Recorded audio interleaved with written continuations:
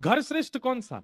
जिस घर में ऐसा लगता हो कि ये लोगों का घर है, ठाकुर जी यहाँ किराए पे रहते हैं, वो घर श्रेष्ठ नहीं। लेकिन जिस घर में जाके लगता हो ये घर ठाकुर जी का है, यहाँ रहने वाले लोग किराए पे रहते हैं, वो घर श्रेष्ठ है। समझ में आई बात? कई घर ऐसे हैं, वहां जब जाते हैं, प्रवेश करते हैं, वहां का इंटीरियर ठाकुर जी के हिसाब का, वहां का दरवाजा ठाकुर जी के हिसाब का, वहां की रसोई ठाकुर जी के अकॉर्डिंग, लोगों के कमरे ठाकुर जी के अकॉर्डिंग, वहां की लाइटिंग ठाकुर जी के अकॉर्डिंग, वहां की जो ग्रीनरी है, जो घर में गुलदस्ते वगैरह रखे हैं आदि जो भी है, सब कुछ किसके अकॉर्डिंग है? ठाकुर जी के अकॉर्डिंग। वो घर श्रेष्ठ है। और ऐसी याचना से यदि आप घर की भी कामना करोगे ना ठाकुर जी से कि हे नाथ, बंबई में हमारा पॉश एरिया में घर बन जाए, लेकिन हमारा नहीं, आपके लायक बने, तो फिर ठाकुर जी भी टुकुर टुकुर देखेंगे, बोले दिला तो दूंगा, मैं देखूं तो सही, तो अपनी इच्छा से बनाएगा कि मेरी इच्छा से। एक घर में हम गए, वहां जाके इतना अच्छा लगा, दुनिया भर में घूमते हैं, तो वहां जाके ऐसा लगा, जैसे प्रवेश किया तो बाहर तो अच्छा नाम था, श्री सेवा कुंज, घर का ही नाम सेवा कुंज। भीतर जैसे ही प्रवेश किया तो मुख्य द्वार खुलते ही सामने किशोरी जी की, ठाकुर जी की बहुत सुंदर चित्र लगा था।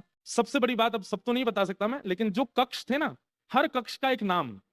जैसे रसोई घर का नाम था जगन्नाथपुरी, वहां अन्न ही अन्न बनता है, वो जगन्नाथपुरी है। शयन कक्ष का नाम श्री रंगनाथ, क्योंकि वहां पौढ़ानाथ है, ठाकुर जी पौढ़े रहते हैं। जो मीटिंग एरिया था उसका नाम द्वारिका धाम, क्योंकि यहाँ ठाकुर जी अपनी सभा में बैठते हैं।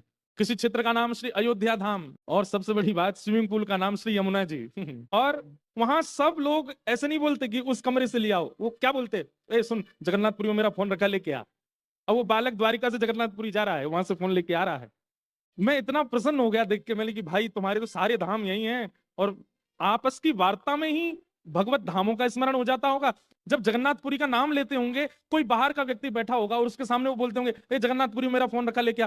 जगन्नाथपुरी बोलते उसके चित्त में क्या आता होगा? नील चक्र, नीलगिरी पर्वत पर महाप्रभु जगन्नाथ, और वहां धाम में इसका फोन पड़ा है। तब पता नहीं, नहीं वो तो किचन का नाम है जगन्नाथपुरी, लेकिन एक क्षण के लिए उसके चित्त में ठाकुर जी प्रकट हो गए ना। ऐसा घर, हमारे गिरधर लाल जी की गाड़ी जो है वृंदावन में, उसका नाम क्या है? गिरधर रथ। अब ये नहीं कहते गाड़ी लेके आओ, ये कहते रथ लेके आओ भाई, लाल जी का रथ लेके आओ। लाल जी का रथ कहाँ है? उस गाड़ी में एक डेंट भी नहीं आया। क्यों? क्योंकि ठाकुर जी की है, ठाकुर जी पढ़ने ही नहीं देते, अपने आप प्रेम से रखते हैं। भैया भजन केवल माला पे नहीं होता है, मैं आज इसी विषय को लेकर चल रहा हूं। आपकी जीवनचर्या, आपकी विचारधारा, आपका सोचना, उठना, बैठना, खाना, पीना, लेटना, सब भजन हो सकता है।